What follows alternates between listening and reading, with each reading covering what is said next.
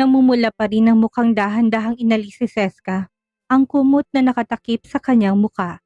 Nilingon ng lalaki. Bigla na naman siyang kinabahan. Bakit parang gusto niya nang umiyak? Just say yes, Seska. Please. Just say yes. Kaya nating labanan ng lahat. Hindi na ako takot. Suportado na ako ni Daddy. Suportado na ako ni Gavi. Alam na ng Daddy mo tungkol sa ating dalawa? Kaunti na lang. Kinagat na ni Seska ang kanyang pang-ibabang labi. Hinarap na si Brixton. Hindi alintanang hubad pa nilang katawan na malakas man ang aircon. Walang pakialam yon dahil marahil sa inilabas nilang init nito kanina. Oo na mahal pa rin kita, Natalyo, pero wala akong planong. Yumakap na sa katawan niya si Brixton kung kaya naputol ang kanyang sasabihin. Hindi nagbagong pagmamahal mo sa akin, and that's enough reason, Seska. That's enough reason. Baby, muling inangkin ni Brixton ang labi ni Seska na para bang wala nangyari sa kanila kanina. Gumapang ang kamay ng binata mula sa kanyang dibdib pababa ng puso ni Seska patungo sa pagitan ng kanyang mga hita. Pikit ang mga matang pinaghiwalay ng babae ang kanyang dalawang hita upang bigyan ng akses ang mainit at malaking palad ni Natalyo. Nilaro-laro nito ang gilid ng bukana ng kanya. Muli namang napaungol si Seska nang pakiramdam ay maiihi na sa kaibang sensasyong binibigay sa kanya. Brix, what is it, baby? Are you ready for another round? Puno ng panunuyang tanong ni Brixton sa malambing na tono. Ang katawan ni Seska ang nagdikta sa gusto niyang mangyari. Bumangon siya at walang pakundangan na dumapa sa ibabaw ng katawan ni Brixton. Niyakap naman ni Brixton ang katawan niya, nagawa pa nitong hawiin ang magulong buhok ni Seska na tumabon sa kanyang muka. Hinawakan ng baba ni Seska upang masuyong halikan lang yon. Doon pa lang alam niya ng sagot ng dalaga. Sa ikalawang pagkakataon na muling pag-isa ng kanilang katawan, kasabay ng mga munting daing ay ang pagsabog ng fireworks na inihanda ng mga Navarro. Kasali ng pagsiselebrate nila ng kaarawan ni Conrad. At that moment, fireworks were all outside the window of the room kung saan saglit na natigilan si Brixton sa ginagawa. Bunches of them rose into the night sky and bloomed at the highest point, illuminating the night very brightly. People outside were watching the fireworks habang si Seska at Brixton ay gumagawa ng sarili nilang paputok. Paputok na kung hindi nila hayaang gawin ang kanilang katawan ay kusa yung sasabog. Seska, punta tayo sa Session Road. Baka kapag hindi pa tayo lumabas, makabuo na tayo ng batang iiyak. Puno ng kahiyang nilamuko si Seska ang bibig ni Brixton at bumaba na ng kama. Humakbang siya patungo ng banyo. Pumalakak namang sumunod sa kanya si Brixton. Tumigil si Seska pagdating sa pinto. Saan ka pupunta? Huwag kang sumunod sa akin. Mabilis akong maliligo at magpapalit ng damit. Alright, gagamit na lang ako ng wipes. Ayoko mabura sa katawan kong amoy mo. Tinalikuran na siya ni Seska. Nang pagpasok ng banyo ng lambot ng dalawang tuhod. Hibang ka na talaga, Seska. Anong ginawa mo? Bakit ka pumayag? Kastigo pa sa sarili habang namumula. Nakabihis na si Brixton paglabas si Seska ng banyo. Maayos na rin ang kanyang kama na gulong-gulo kanina. Yung pagkain sa tray na lumamig na. Nasa may bedside table niya nakapatong. Sinundan ni Brixton si Seska sa walk-in closet nito. Tinulungan niya itong pumili ng damit ngunit tinanggihan lang yun ni Seska. Baliw ka ba? Hindi tayo pwedeng lumabas. Makikita nila tayo at alam kong structure ng villa nyo. Sa likod tayo dadaan. May staircase sa likod at walang makakakita sa atin doon. Kung hindi ka sasama sa akin at mananatili tayo dito, hindi ako nagbibiro. Magtatagumpay na akong bigyan ng apo ang mga magulang ko pagkaraan ng 9 na buwan. At syempre ikaw ang ina nun. Walang nagawa si Seska nang suotan na siya ni Brixton ng jacket. Mas malaking problema kapag nabuntis siya nito. Halata pa namang hindi pa ito tapos at napakarami pa nitong lakas na natira kahit nakadalawa na. Oo na, talo ng wika ni Seska na hindi na inaalala kung anong sasabihin ng mga magulang niya. Ang mahalaga ay masaya siya, maligayang puso niya at tila walang anumang mabigat sa katawan niya. Tahimik nilang tinahak ang likod ng staircase. Hindi binitawan ni Brixton ang kamay ni Seska habang binabaybay nila yon. Patuloy na nagkakasiyahan ng mga tao sa loob ng villa. Walang malay sa nangyayari. Gavi, kanina ko pa hinahanap ang Kuya Brixton mo pero hindi ko siya makita. Napansin mo ba? Sinati na hindi na mapakali nang hindi makita ang kanyang panganay. Bilang ina ay may iba na sa kutob niya doon. Mommy, malaki na si Kuya Brixton. Huwag mo nang hanapin. Nandyan lang yon. Nakita ko siya kanina, Mommy. Gagamit daw ng banyo. Sabad naman ni Thor na narinig ang paghahanap ng ina. Ah, okay. Akala ko umalis na nang hindi natin alam. May ugali pa naman yun ganun kapag naboboard. Malita na pangiti si Gavi. Totoo ang sinabi ni Thor dahil yun ang paalam ni Brixton. Ngunit alam ni Gavi kung saan ang tungo nito, malamang sa silid ni Seska. Doon ito makikigamit ng banyo, napahagikik na siya. Iba nang ini-imagine ng utak niya kung saan-saan ang romantic scene na punta at bida ang kapatid. Anong ginagawa mo ate? Para kang kinikiliti dyan. Kinikilig ako sa nabasa ko. Bakit ba? Pakita niya sa hawak na phone na ikinailing lang ni Thor. Palibasa wala kang kilig sa katawan. Kunwaring irap niya pa sa kapatid na bunso. Ilang araw ka ng weird. Ilang araw pa lang, ikaw palagi kang weird sa mata ko. Ani ang humakbang sa palayo ng kapatid. Nilapitan niya ng hipag ni Seska upang tanungin kung nasaan ang babae. Nasa silid niya. Sabi niya kanina masamang pakiramdam. Sagot ng babae na nagawa pang ngumiti. Ah, sige ate. Pwede mo siyang puntahan sa kwarto niya. Malamang nagde-draft na naman yun ng iguguhit niya. Sinunod yun ni Gavi ngunit napaatras siya na makitang bumukas ang pintuan ng silid at lumabas ang bulto doon ng kanyang kapatid. Sinasabi na nga ba niya, kasunod nito si Seska, ang mas nagpakilig pa sa kanya, ay nang bumaba ang pares ng mga mata niya sa magkahawak nilang mga kamay habang lumalakad. OMG! Bati na nga sila! Igik pa ni Gavi na mabilis nang bumaba ng hagdan upang hindi lang siya makita ng dalawa. Saan kaya sila pupunta? May date?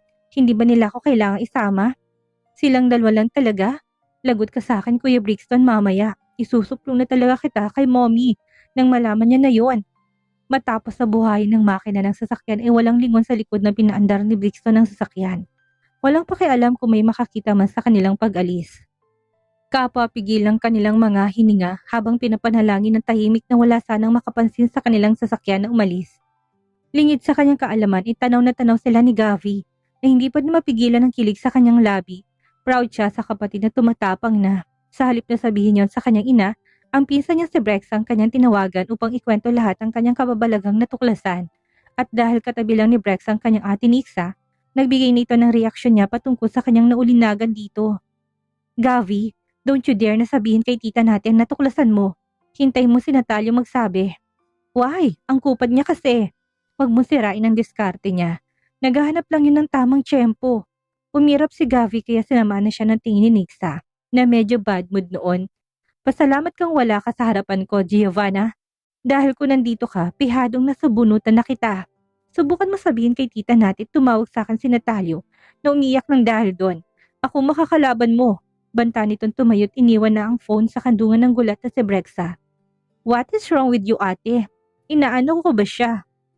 Gavi, sundin na lang natin siguro. Kilala mo si ate. Mahal na mahal nun ang kuya mo. Muli pang umirap si Gavi na tinignan ng pwesto ng ina. Katabi nito si Thor, abala sa kausap sa harap. Dapat hindi ko na lang talaga sinabi sa'yo at dinirekta ko na kay mommy. Tumawa si Brexa sa kanilang linya. Hey, hayaan mo na nga yun. Huwag kang ganyan, mabait naman niya si ate. Kapag nagkaproblema tayo, pwede tayong lumapit sa kanya. Ang iiwasan lang talaga natin ay apihin ng mga favorite people niya. Sa bagay, saka ang iniiwasan lang noon ay magka-iskandalo na naman ang pamilya. Alam mo na siyang taga-ayos. Saka, pansin ko, stress si ate Nixa lately. Unawain na lang natin. Okay na ha, huwag ka na magtampo. Sumaludo lang kay Brixton ang security guard ng subdivision kung saan naroon ang villa ng mga Navarro. Malaya silang nakalabas. Dahil malamang palagi naman silang nagtutungo doon kung kaya kilala na rin. You can breathe now baby. Malambing na usan ni Brixton matapos hagilapin ng isang palad ni Seska na tahimik pa rin nakaupo sa front seat. Pagak na siyang natawa dahil sa wakas nagawa niya itong maitakas. Maitakas na hindi na kailangan pang gumamit ng dahas at ibang tao anuman ang mangyari lang ito. Akala ko hindi pa rin tayo makakalampas at magagawa ang gusto ngayong gabi. Nalalamig ang palad ni Seska at the same time pinagpapawisan. Kahit pa malamig ang klima, kilala niyang dalaga kung kaya alam niyang kabadong-kabado ito kapag ganun ang reaksyon ng kanyang kamay. Seska, untag pa ni Brixton sa tahimik na dalaga. Otomatik ang mga mata ni Seska na umirap. Hindi rin siya makapaniwalang magagawa niyang tumakas kasama ang lalaking ito. Aaminin niya, kakaibang thrill ang binigay sa kanya ng dugo ng pagtakas na yon. Bago ito sa kanyang pakiramdam. Partida, may salo-salo pa sa kanilang villa. Nung una'y takot na takot siya sa kung anong mangyayari kapag nahuli sila.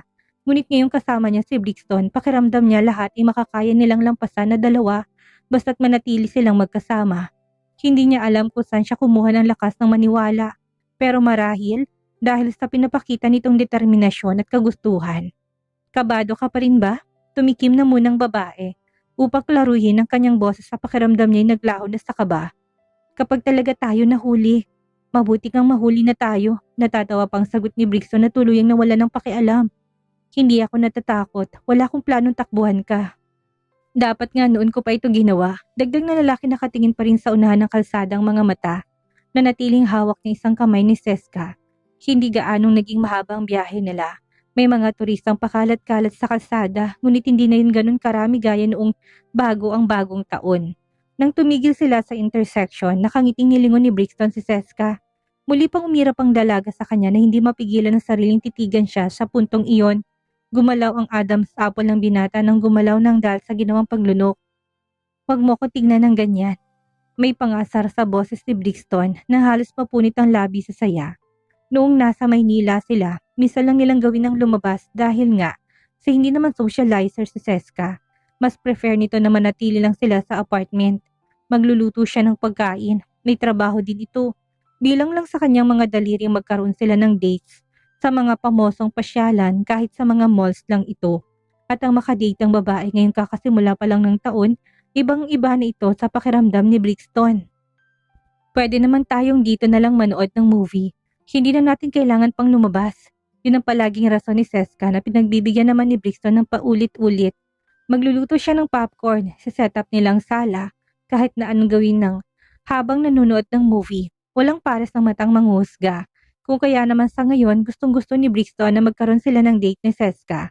Ewan ba niya, kung dati okay lang sa kanyang manatili sa paa at pasilok-silok ng apartment, iba na ngayon. Gusto niya na lumabas kasama to upang ipagmalaki. Kung papahintulutan siyang libutin ng mundo kasama to gagawin niya. Hindi niya na kailangan pang itagong dalaga sa kabila ng backgrounds nito. Hindi na siya natatakot. Saan mo gustong kumain? Ikaw ang bahala, kahit saan naman ako pwede. Saka wala rin akong gaanong alam sa lugar na to. Ang funny no, taga dito ako pero ligaw ako sa mga kainan at lugar na nandito. Mahabang tura ni Seska dito. Doon man halos lumaki, hindi gaanong familiar kay Seska mga kainan sa lugar kaya walang maisagot. Hindi rin naman kasi sila palalabas. Isa pa mas maraming araw nilalagi niya sa bahay kaysa sa labas dala na rin ang sitwasyon niya noong bata pa siya. Naintindihan yun ni Brixton dahil siyang saksi doon. I really love Good Taste Restaurant. Ewan kung makakain ka na ba doon. Pero ang sarap ng luto nila, kaya lang at this hour, sigurado kung mahaba na naman ang pila. Si Daddy kasi VIP doon, kaya nung bata pa ako anytime, ay maaari kaming pumunta at nagagawa niya ng paraan na makuha kaming upuan. Sige doon na lang, ayos na sa akin. Okay baby, we will go and try that restaurant tonight. Halik pa ni Brixton si isang palad ni Seska. Favorite ng pamilya Barcelo na kainan ng resto na yon kung kaya mas gusto ni Brixton na siyang dalhin dito. Walang itulak kabigin ng luto doon, lalo ng garlic butter chicken, sweet and sour fish fillet at ang lechon broccoli rice. Crowded pero gustong-gusto pa rin ni Brixton na iparanas kay Seska ang kumain doon. Marahil ay dahil nais niyang hilumin ang inner child nito na hindi naranasan ng mga bagay na yon. May setup ng fireworks mamaya sa Melvin Jones football field. Manood tayo ha? Muli pang lingon ni Brixton na pinaandar na ulit ang sasakyan niya. Tapos noon umuwi na rin tayo. Kung gutom ka pa sabihin mo sa akin, pwede tayo mag-take out sa Amarilla Kusina ng pizza or pasta. The best din doon. Sige. Matapos na iparada ang sasakyan ay magkahawak kami na tinungo nilang restaurant. Walang pakialam sa mga taong kanilang nakakasalubong. Hindi alintana kung sakali man na may makakilala sa kanila doon. Brixton was handsome, wearing a formal suit, driving a luxury car and holding Seska's hand. He had already attracted the attention of the young girls and old women around him. Nang makita ni Seska, hindi niya mapigilan na makaramdam ng selos. Ganun pa man hindi niya pinahalata na itong nararamdaman. Sila ba ulit? Hindi naman, pero may nangyari sa kanila. Bahagyang binagalan ni Seska ang paghakbang nang papalapit na sila sa may bulwagan. Natalyo, baka may makakita sa atin na kakilala ng family mo. Tumigil si Brixton sa paghakbang at pinalingan ng babaeng kasama. Ano naman, hindi magtatagal mas marami pa sa atin ang makakakilala. Ngiti niya na parang sinasabi kay Seska na wala na siyang dapat na ipag-alala as long as kasama siya ng to. Puprotektahan niya lagi ang babae. Hindi mo kailangang matakot na may makakilala sa atin dito. Wala tayong ginagawang masama, kakain lang tayo. Hindi naman yan iskandalo. Buti sana kung makikita nila tayo na walang anumang saplot. Umangin si Seska na pinagsisihan ng sinabi niya sa lalaki. Pinatingnan tuloy sila ng ibang mga nakapila. Nasa may bulwagan na sila ng kainan at hindi mapigilan ni Brixton na masapitin ang katawan nito papalapit. Nag-uunahan ng mga staff na lumapit sa kanila. Natatandaan nilang mukha ni Brixton kung kaya naman palagi itong may special treatment. Yun nga lang punong-punong kainan ng mga sandaling ito. Mr. Barcelo, pasensya na po. Walang available na table, sabi na lang ni Brixton ay ginala ng mga mata upang tignan ng lugar. Wala pa sa kanilang matatapos. Kung maghihintay sila baka ilang oras ang guguguli nila. Batid niya nagutom na si Seska na hindi kumain sa kanila. Mula tanghali kung kaya naman nais niya nang maka-order. Seska, walang available na table. Shall we try another restaurant, baby? Tinitigan ni Brixton ang mukha ni Seska na nakatingin na noon sa board ng mga pagkain. Pinaghalong kuryosidad at takam na nakita niyang emosyon. Umangat ang gilid ng labi ng binata sa nakita. Maghintay na lang tayo. Gusto kong i-try yung lechon broccoli rice. Mukhang masarap. Tingala ni Seska sa kanya na biglang naging komportable na nakayakap ang isang braso niya sa kanyang bewang. Hindi naman siguro tayo aabuti ng siyam-siyam sa paghihintay. May matatapos na rin dyan. Pwede ba, Brix? Hindi rin nila nagawang subukan yun ni Benedict before New Year. Dahil sa dami ng tao, ngunit ngayon si Brixton ang kasama niya, parang gusto niyang maghintay. Marahil ay dahil sa sobrang pagkamis niya sa dating nobyo. Kung kaya naman gusto niyang patagalin ang oras na magkasama sila kahit na maghihintay. Okay, do we need to get a number for reservation? Baling niya na sa staff na nakangiti pa rin sa harapan.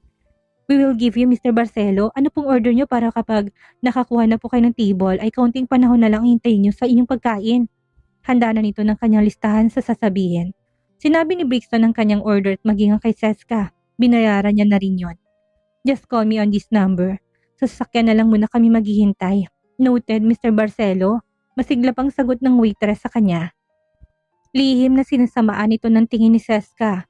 Matapos na masetad ang lahat ay muli silang bumalik ng sasakyan. Sa likod silang dalawa umupo. Yun ang binuksan ni Brixton ay pinagtaka ni Seska. Matapos pumasok ng babae doon ay sumunod si Brixton. Binuhay niya lang ang makina upang mabuksan ang aircon para sa mas maayos na air ventilation ng loob. Pumulupot kagad ang mga braso ni Brixton sa katawan ni Seska at nakahalik pa rin kagad ang labi nito sa batok ng dalaga kung saan ay mas nahibang pa siya nang maamoy ang pamilyar nitong pabango. Gumapang naman ang kakaibang kilabot sa katawan ni Seska sa ginawang yun ni Brixton. Pinikit niya pang mga mata matapos na ipatong sa balikat ni Seska ang ulo. Napangiti na naman ng maliit si Seska. Parang may sariling buhay ang isang kamay na humaplo sa isang pisngi ni Brixton. Nilingon niya na ito. Sa gilid ng kanyang mga mata, ay kita niya nakapikit nitong mga mata. Napakagwapo nitong lalo. Bakas ang kapayapaan. Umayos siya ng upo kung saan ay mas malinaw niya itong nakikita. Anto ka na? Malit na dinilat ni Brixton ng mga mata at saka matamis na ngumiti kay Seska. Hindi. Binasa niya pang kanyang labi nang tumigil ang mga mata sa bibig ng dalaga. Namiss ko lang yung ganito tayo kalapit sa bawat isa kaya nilulubos-lubos ko na. Ang tagal din kaya.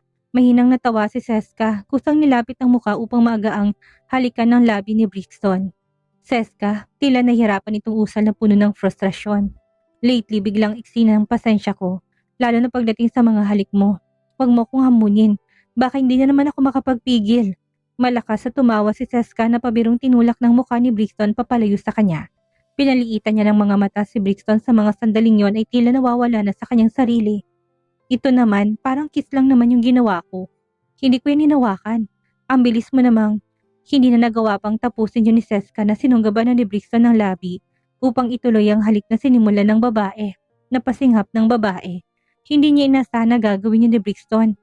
Ilang minuto yung tumagal, gumapang ang mga kamay nitong humaplos sa kanyang katawan. Palalim ng palalim ang kanilang halikan na puno pa rin ng pananabik. Kulang na lang ihiga siya ng lalaki sa upuan at muling gawin ang bagay doon na parehong nasa kanilang isipan. Mabuti na lang at napigilan yon ng tawag sa phone ng staff ng restaurant upang sabihin na may table na nakalaan para sa kanilang dalawa. I told you. Marahang pisil ni Brixton sa baba ni Seska at pinunasan ng lipstick na kumalat. Kulantang pa rin noon si Seska na walang naging ibang komento sa bilis ng pangyayari. Huwag mo kong hahamunin. Pumunta na sila sa restaurant. Pagdating nila sa upuan ay ilang minuto lang silang naghintay ng order. Any additional order, sir? Ibang staff yon, hindi ang nag-assist sa kanila kanina. Tinignan ni Brixton si Seska na abala ng pinupunasan ng tissue ang hawak niyang utensil. No, okay na to. Tanggi niya dahil may plano pa silang mag-take out ng pasta at pizza. How about your girlfriend, sir? Kinuha ni Brixton ng isang kamay ni Seska na nakukulitan na sa waiter. Gusto na nilang kumain eh. Baby, may gusto ka pa bang order? Bagyang hila niya sa kamay ng babae upang tingnan siya. Nagangat na tingin si Seska at nakangiting iniling ang kanyang ulo matapos na iabot kay Brixton ang kutsara na kanyang nilinis sa tissue. Tinanggap naman yun ni Brixton na kanyang isang libreng kamay. Ayaw niyang bitawan ng kamay ni Seska kahit paabala na pa rin ito sa pagpunas ng utensils na para sa kanya. Wala na. Okay po, kung sakali na makailangan po kayo, kunin niyo na lang pong atensyon namin. Sure, thanks. Si Brixton ulit yun na medyo nairita sa mga titing ng waiter kay Seska.